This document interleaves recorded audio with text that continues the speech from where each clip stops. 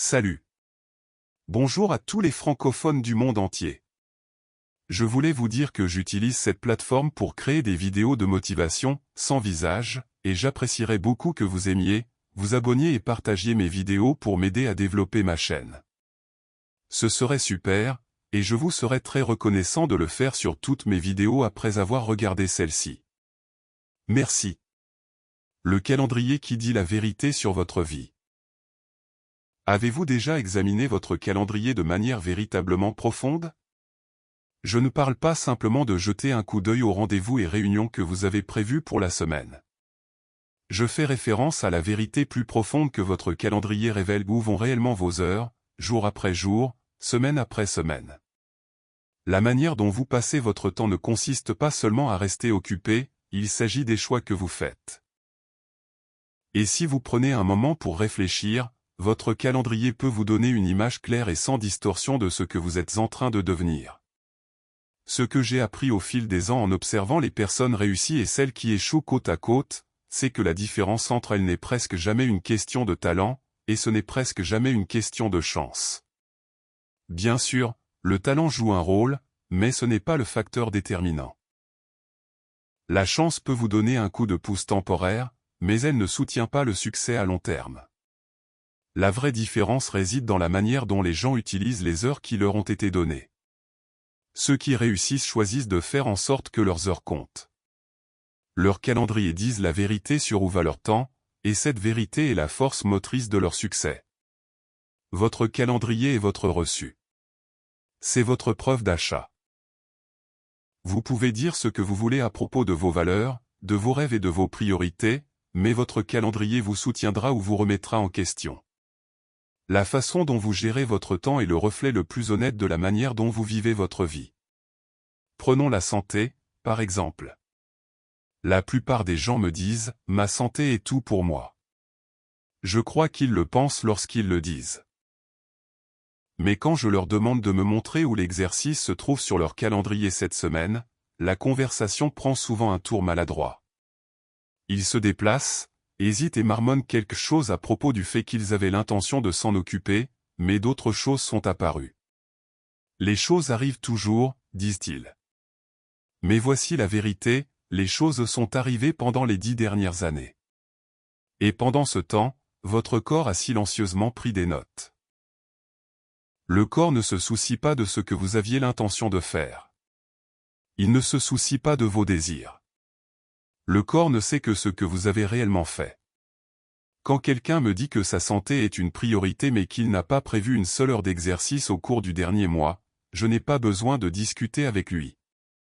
Je lui dis simplement, eh bien, votre calendrier n'est pas d'accord avec vous, et son calendrier a de bien meilleures preuves. Le même schéma se reproduit avec la famille. Les gens aiment parler de leur famille, mes enfants sont mon monde. Mon mariage est sacré. Rien n'est plus important pour moi que les personnes que j'aime. Ce sont de belles paroles, mais jetons un coup d'œil à votre semaine. Laissez-moi voir où se trouve le dîner en famille. Laissez-moi voir où se trouve la sortie du week-end. Montrez-moi où vous avez bloqué 2 heures pour vous asseoir avec votre fils et vraiment écouter ce qui se passe dans sa vie. Pas pendant que vous vérifiez votre téléphone. Pas pendant que la télévision fonctionne en arrière-plan. Je veux dire vraiment être présent. Lui accorder l'attention que vous donnez à vos clients les plus importants au travail. Parce que voici une vérité douloureuse. La plupart des gens donnent à leur employeur leurs meilleures heures, et donnent à leur famille ce qui reste. La version fatiguée, distraite et à moitié présente d'eux-mêmes. Et puis ils se demandent pourquoi, 20 ans plus tard, ils se sentent comme des étrangers dans leur propre maison. Votre calendrier vous a prévenu de cela. Vous n'avez tout simplement pas pris la peine de le lire. Maintenant, parlons de croissance et d'apprentissage. Combien de fois avez-vous dit « Je veux réussir, je veux la liberté financière, je veux construire quelque chose d'extraordinaire » Je rencontre des gens tout le temps qui disent vouloir ces choses. Ils veulent de la richesse.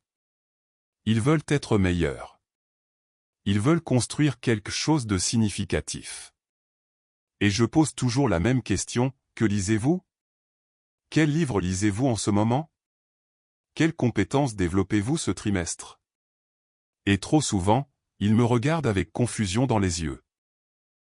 Il n'y a pas de réponse, car il n'y a pas de créneau sur leur calendrier pour l'apprentissage. Il n'y a pas de temps prévu pour le développement personnel. Il n'y a pas de rendez-vous avec un livre, un cours ou un mentor. Ils veulent la récolte, mais ils ont totalement ignoré la saison des semences. On ne récolte pas ce qu'on n'a pas semé. Et on ne peut pas semer ce qu'on n'a pas planifié. C'est aussi simple que cela. La personne qui dit vouloir être riche mais qui n'a pas prévu une heure pour apprendre la richesse n'est pas sérieuse. Elle rêve éveillée. Et rêver ne rapporte pas de dividendes. Maintenant, voici où je veux que vous m'écoutiez vraiment, votre calendrier n'est pas simplement un outil de planification. Je sais que c'est ainsi qu'il est vendu. Je sais que c'est ce qu'on vous dit au magasin de fournitures de bureau quand vous achetez ce joli carnet en cuir. Mais ce n'est pas ce qu'il est. Votre calendrier est une confession. C'est un miroir. C'est le document le plus honnête que vous produirez jamais, car il ne consigne pas ce que vous croyez, il consigne ce que vous faites. Et ce que vous faites, jour après jour, est ce que vous êtes en train de devenir.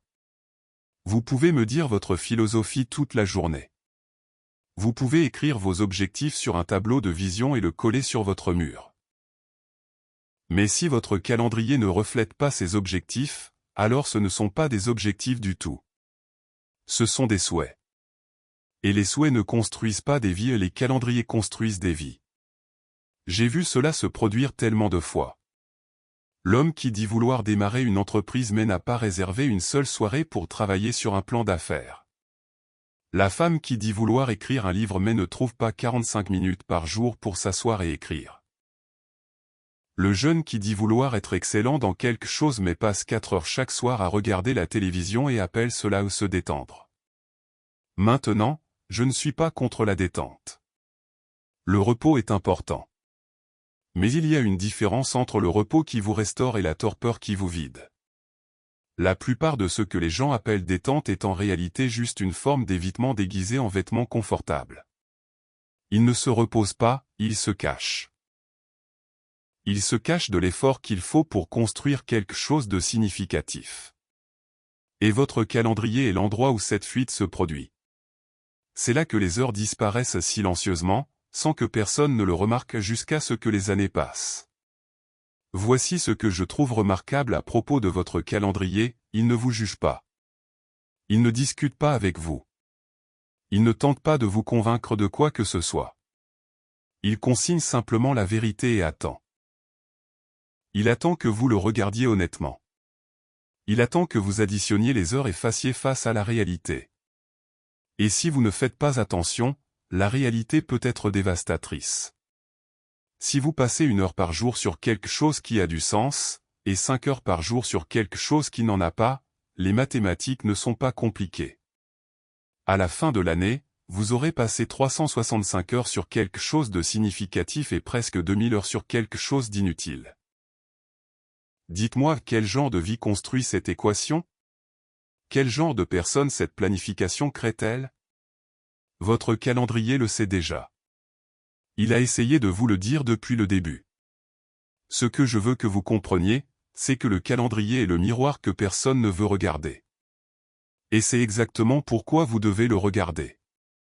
Les personnes qui évitent d'examiner comment elles passent leur temps sont les mêmes qui, à 50 ans, se demandent où est passée leur vie. Elles ont l'impression d'avoir cligné des yeux, et 2 décennies ont disparu. Mais ces décennies n'ont pas disparu. Elles ont été dépensées. Elles ont été distribuées. Chaque heure a été donnée à quelque chose. La tragédie, c'est qu'elles ont été données inconsciemment. Négligemment. Sans réflexion réelle derrière cela. Le calendrier ne ment jamais. Il ne peut pas mentir. Il vous reflète simplement, avec une précision parfaite, ce à quoi vous avez choisi de consacrer votre ressource la plus précieuse. Et cette ressource, c'est votre temps.